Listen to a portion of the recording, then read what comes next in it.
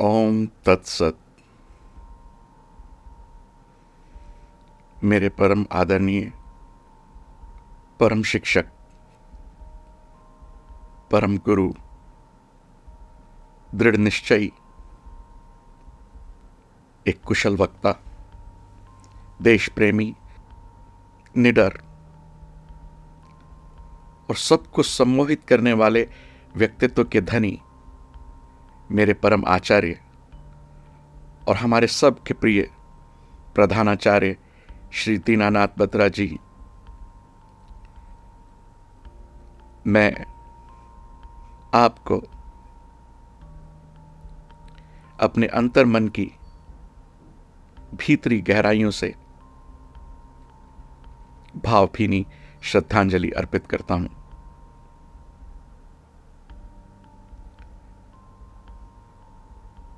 कुछ पंक्तियां आपको समर्पित करता हूं,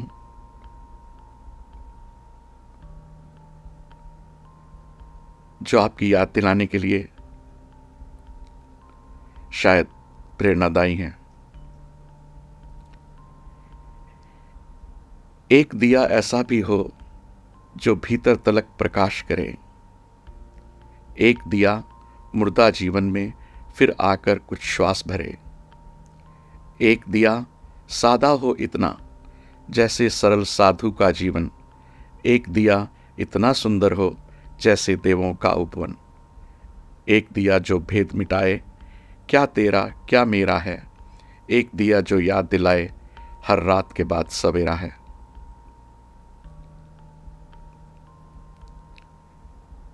मेरे प्रिय आचार्य,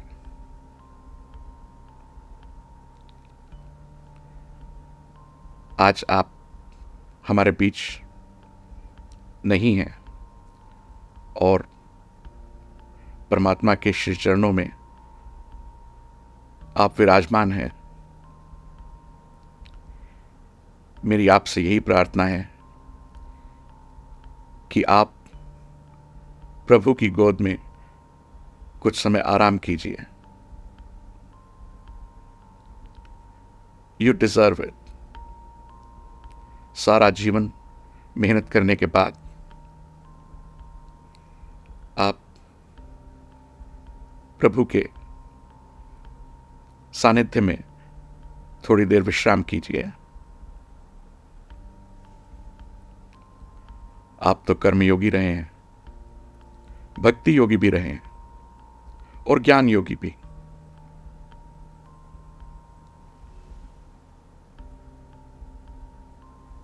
तो ऐसा लगता है कि आप प्रभु के साथ पूरी तरह से मोक्ष प्राप्ति कर विलीन हो गए हैं। मन दुखी है, जो स्वाभाविक ही है। आप साथ नहीं हैं, लेकिन आप साथ हैं। साथ का मतलब स्पर्श से नहीं होता, साथ का मतलब तो एहसास है, और यही आपकी शिक्षा रही है। आज इस कक्ष में मैं भली भांति अनुभव कर रहा हूं कि आप यहां पर उपस्थित हैं। आपकी ऊर्जा की शक्ति यहां पर उपस्थित है और आप मुझे सुन पा रहे हैं। आचार्य, आपने एक ही जीवन में कम से कम 200 साल का जीवन जिया है। कोई छुट्टी नहीं, कोई आराम नहीं, कोई शनिवार कोई इतवार नहीं, और 16-16, 18-18 घंटे काम।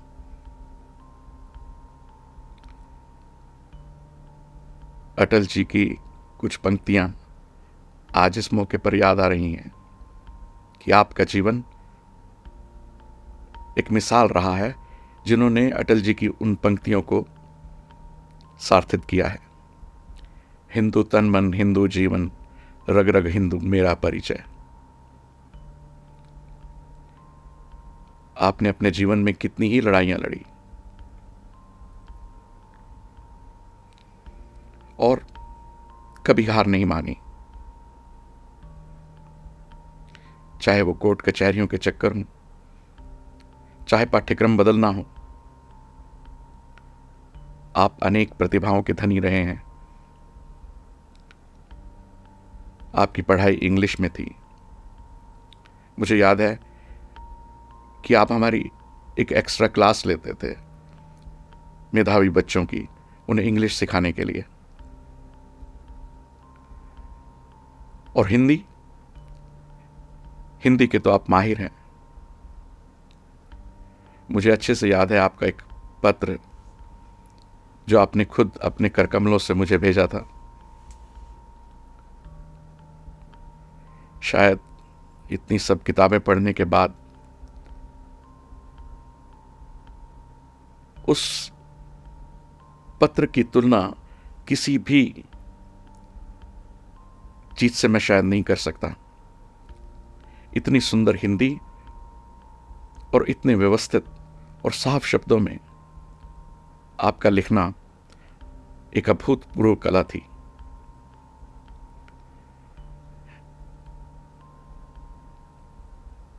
मुझे याद है कि एक बार जब मैं ऑस्ट्रेलिया में था तो मुझे कहा गया था कि आपकी एक पुस्तक के लिए मैं फॉरवर्ड लिखूं। फिर उसके बाद कोऑर्डिनेट नहीं हो सका। और मेरा तो जो भी अनुभव है आपके साथ वो बाल्यावस्था का ही है, मेरे चाइल्डहुड का है। क्योंकि गीता स्कूल से निकलने के बाद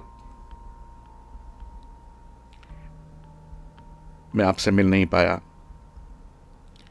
बाहर पढ़ाई में चला गया, फिर नौकरी में, और फिर उसके बाद ऑस्ट्रेलिया चला गया। हालांकि फ़ोन पे बात हुई, लेकिन फिजिकली मैं आपसे मिल नहीं पाया। लेकिन उस बाल्यावस्था का, उस समय का आपके साथ जो मैंने बिताया, उसका इतना गहरा असर मेरे मन और मेरे मस्तिष्क पर है। तो मैं कल्पना करता हूं कि जिन लोगों को आपका सानिध्य पूरे जीवन मिला है, जिन लोगों ने आपके साथ काम किया है, जो हर समय आपके साथ रहे हैं, उनके ऊपर आपका इंप्रेशन वो कैसे अपने जीवन को उससे प्रेरित कर रहे होंगे, ये मैं कल्पना कर सकता हूं। मुझे याद है जब हम स्कूल में होते थे तो उस समय के जो टीचर्स थे वो कभी कभी थप्पड़ लगा भी दिया करते थे। लेकिन अगर मैं कभी भी सोचता हूं कि एक अध्यापक ने अपनी पूरी जिंदगी में कभी भी किसी बच्चे पर हाथ नहीं उठाया हो, तो वो शायद आप हैं। लेकिन फिर भी आपकी शख्सियत, आपका डर पूरे स्कूल में, पूरी पाठशाला में कहीं पर भी महसूस किया जा सकता था। बत्रा जी ना आ जाएं, बत्रा जी हमें देख ना लें, ये कल्पना कुछ भी गलत काम करते हुए।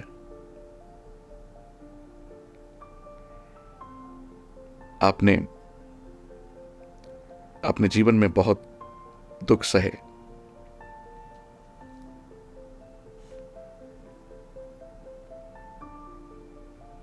श्रीमती दीनानाथ बत्रा जी बहुत जल्दी चली गई।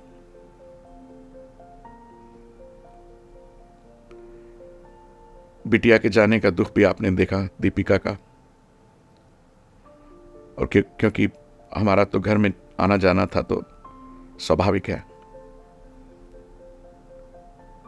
इन सब चीजों से भी जुड़ना और उन्हें महसूस करना। कहीं आपका विरोध भी हुआ हो, लेकिन आप कभी डरे नहीं, आप कभी थके नहीं, आपने कभी हार नहीं मानी। आप डटे रहे, आप अटल रहे अपने निश्चय पर, अपने कर्तव्य पथ पर। बहुत सारे ऐसे संस्मरण हैं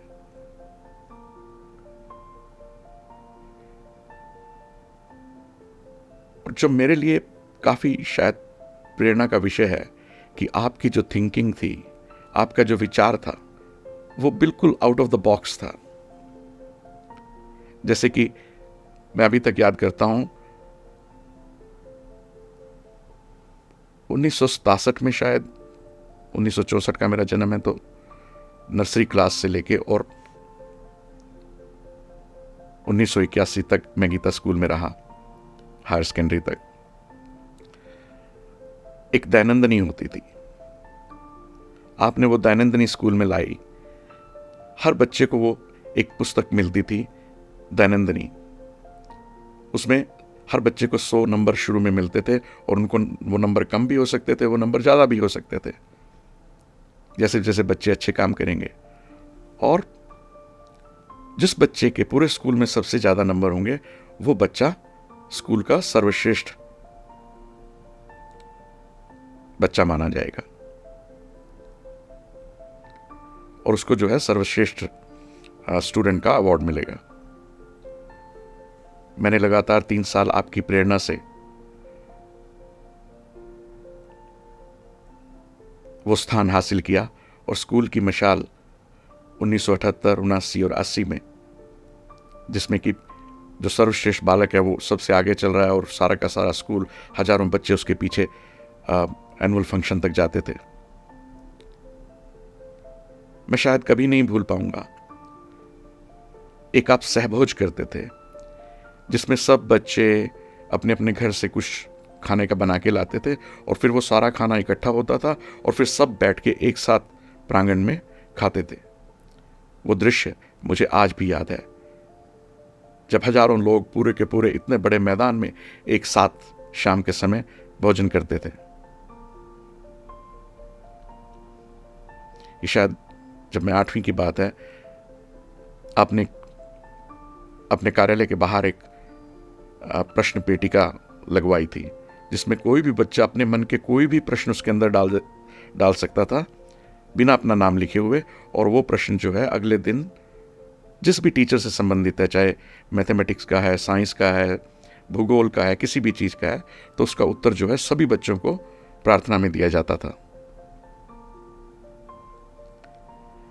स्कूल के मेन गेट के बाहर एक बहुत बड़ा ब्लैक बोर्ड होता था, वहां पर हर रोज एक मैसेज होता था, आज का विचार। ये सब परंपराएं आपने शुरू करके उन छोटे छोटे बच्चों के हृदय को अंदर तक संजोया है। मुझे याद है कि कोई भी प्रार्थना सभा सुबह स्कूल में जो होती थी, हजारों बच्चे एक साथ, और आपकी हर रोज एक नए टॉपिक पर 20 मिनट, 25 मिनट, आधा घंटा आपका वक्तव्य। और इन सब चीजों ने शायद हर बच्चे को प्रभावित किया है।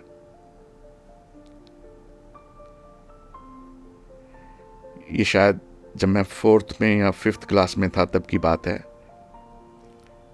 कि आपने एक नई चीज शुरू की कि अब हम किसी भी चीफ गेस्ट को बाहर से नहीं बुलाएंगे।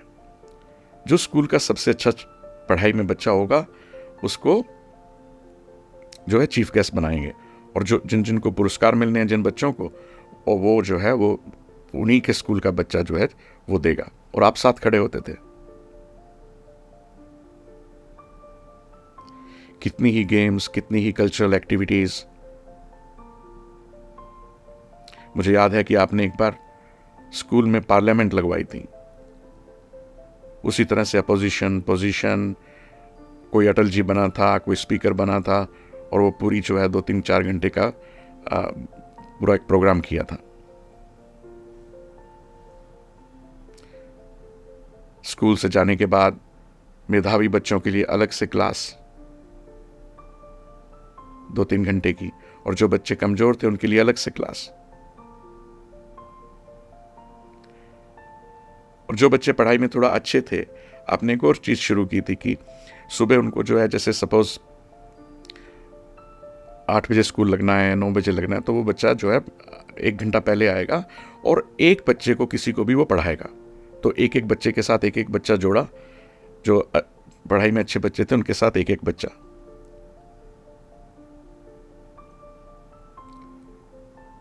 और जहां से जो अच्छा मिला, जो भी, किसी भी स्कूल से।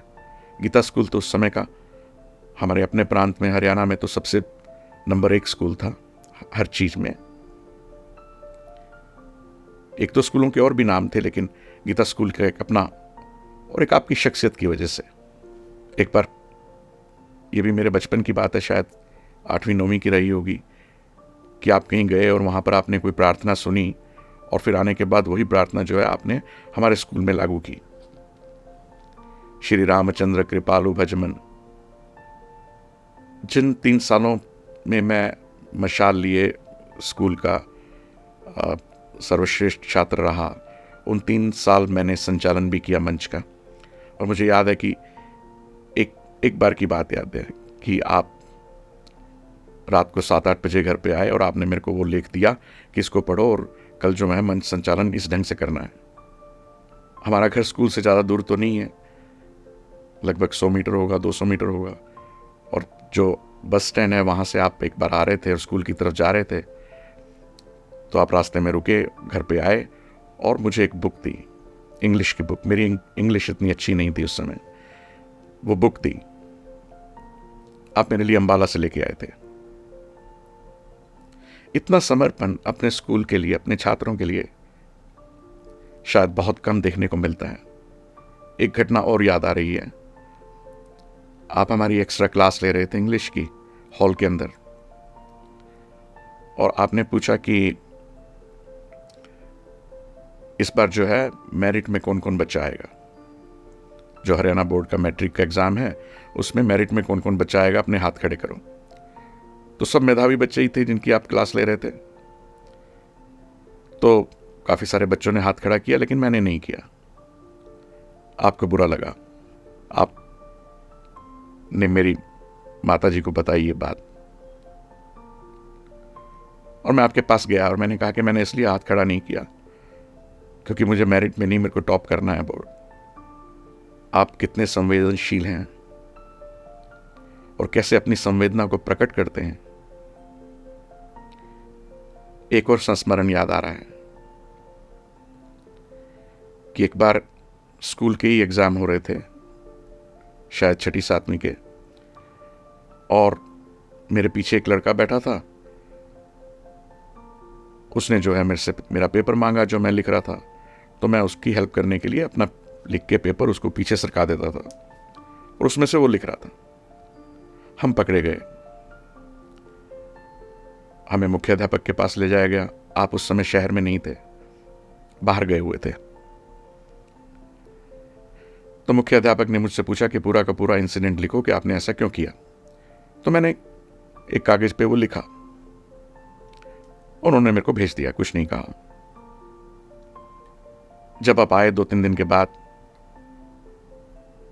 तो ऑब्वियसली आपको वो कागज दिया गया जो मैंने लिखा था कि मैंने कैसे नकल मरवाई, और आपने मुझे बुलाया। आप अपने पास बिठाया कि बैठो, और वो कागज मुझे दे दिया। मैंने कागज ले लिया, मैंने तो लिखा ही था वो। मुझे लगा कि अब डांट पड़ेगी। जो उनकी कुर्सी थी, मैं उनके साथ कुर्सी पे नहीं बैठा था, उनकी कुर्सी के साथ ही नीचे फर्श पे चौकड़ी मार के बैठ गया था। तो मैं बैठा रहा कि अब बोलेंगे। और फिर शाम के 4 बज गए, तो लगभग 2 घंटे के करीब मैं उनके पास बैठा रहा, और ना उन्होंने कुछ कहा और ना मैंने कुछ कहा। उसके बाद उन्होंने मेरे सिर पे हाथ रखा और बोला, जाओ। मैं कमरे से निकला। निकलने के बाद मैं कुछ समय बाहर खड़ा रहा और फिर अंदर गया, पैर छुए और कहा कि आचार्य जी, आज के बाद नहीं होगा।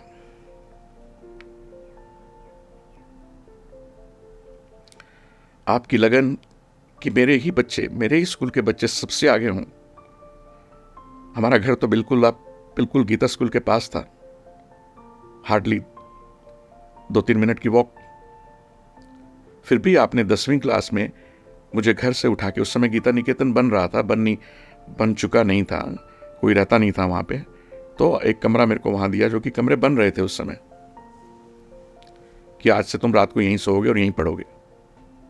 कितनी सारी भाषण प्रतियोगिताओं में, स्कूल की, प्रांत की, उन सब के लिए आपने मुझे तैयार किया, और उसी का नतीजा था कि शायद बड़े होकर मुझे बेस्ट डिबेटर का अवार्ड भी मिला कंट्री में। एक बार एक आप बहुत मुश्किल कविता लेके आए थे कहीं से, और आपने मुझे बुलाया कि प्रवीण, इसको अच्छी तरह से कंठस्थ करो, ये कविता तुम्हें बोलनी है अगले फंक्शन में। अभी याद तो नहीं है, पर कुछ लाइनें, वो एक्चुअली जो है वो अध्यापक का छात्र के प्रति संबोधन था, कि एक टीचर जो है अपने स्टूडेंट को संबोधित कर रहा है, तो वो कविता का शीर्षक था।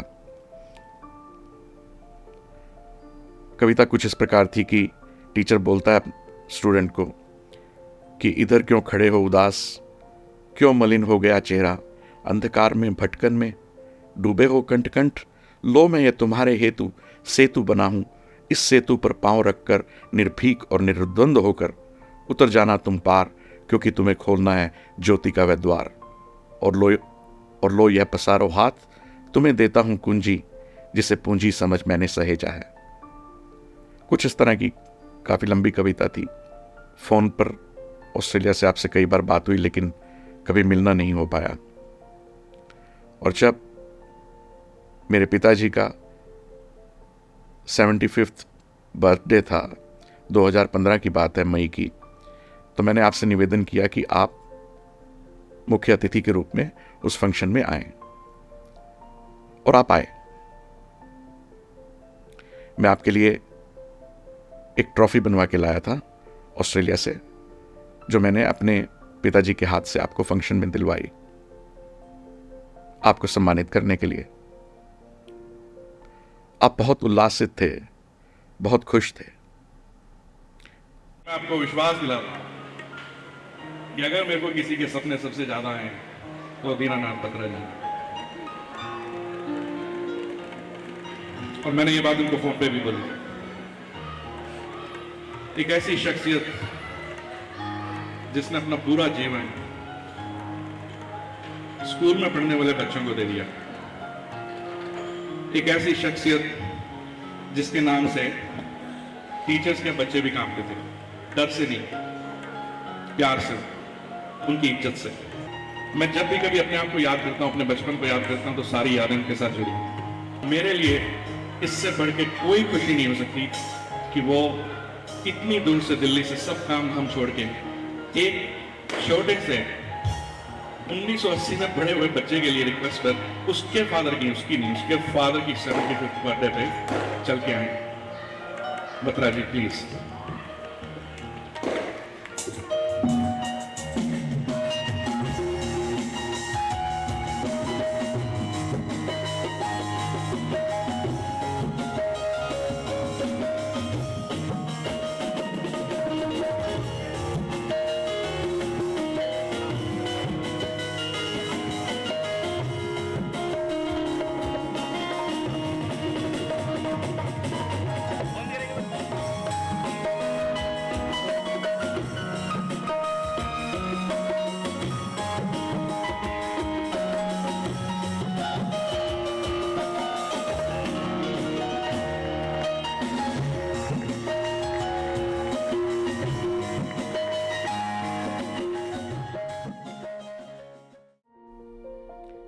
और जब बाद में मैं आपसे मिलने दिल्ली कई बार गया,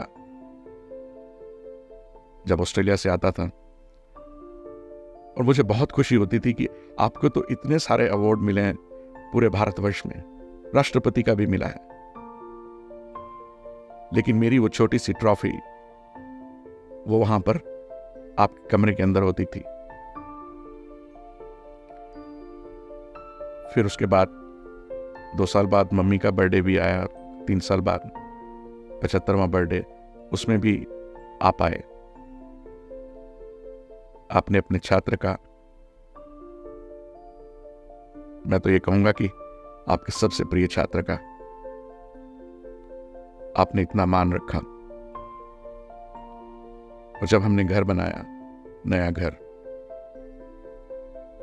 तो मुझे कितना सम्मान मिला होगा कि उस घर का उद्घाटन आपने किया,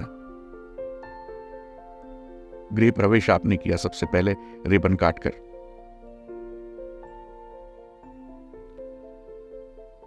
बहुत सारी ऐसी यादें बचपन की आपके साथ जुड़ी हैं। हमने एक छोटा सा ग्रुप बनाया था, जो हमारे 1980 के बच्चे थे, हमारे क्लास फेलो, तो उनका एक ग्रुप बनाया था। बुक का जो डीपी होता है वो आज भी,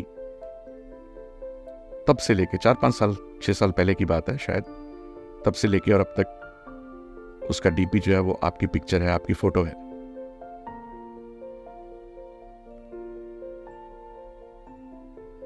और जब मैंने पूर्ण रूप से ये निश्चय किया कि मैं अब संन्यास लूंगा और जो सांसारिक कार्य हैं उनसे हटना चाहूंगा, तो मैंने बात की थी कि मैं आपसे आकर आशीर्वाद लेना चाहता हूं, लेकिन उस समय आपकी तबीयत थोड़ा बिगड़ना शुरू हो गई थी, स्वास्थ्य अच्छा नहीं था।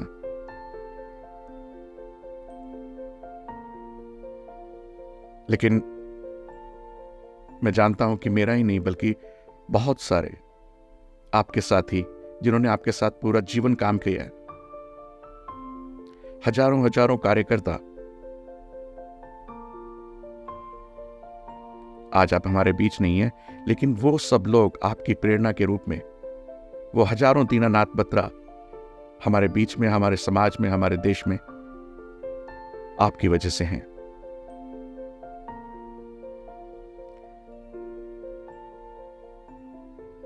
और मुझे पूरा विश्वास है कि वो आपके कार्य को आगे बढ़ाएंगे। एक प्रकार से अच्छा ही हुआ कि जो आपकी श्रद्धांजलि समारोह का आयोजन किया गया था, वहां बोलने का मौका नहीं मिला, क्योंकि अगर वहां बोलने का मौका मिलता तो शायद आज बोलने की प्रेरणा नहीं रह जाती, और वहां बोलने का मतलब तो 2-3 मिनट रहता। मेरे मन के भाव मैं आप तक ना पहुंचा सकता शायद।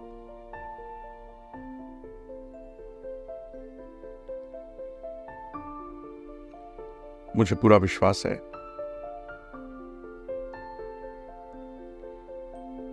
कि इस संसार से जाने के बाद भी आप करुणावश इस पृथ्वी पर फिर से आएंगे। मेरी आपसे और परमात्मा से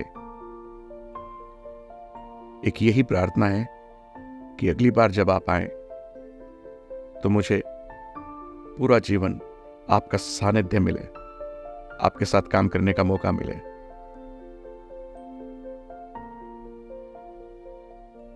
मेरी श्रद्धांजलि, मेरे श्रद्धा सुमन आप स्वीकार करें, और आपकी प्रेरणा, आपका आशीर्वाद अपने जीवन के लक्ष्य की तरफ अग्रसर रहने का हम सब पर बना रहे। ओम तत्सत।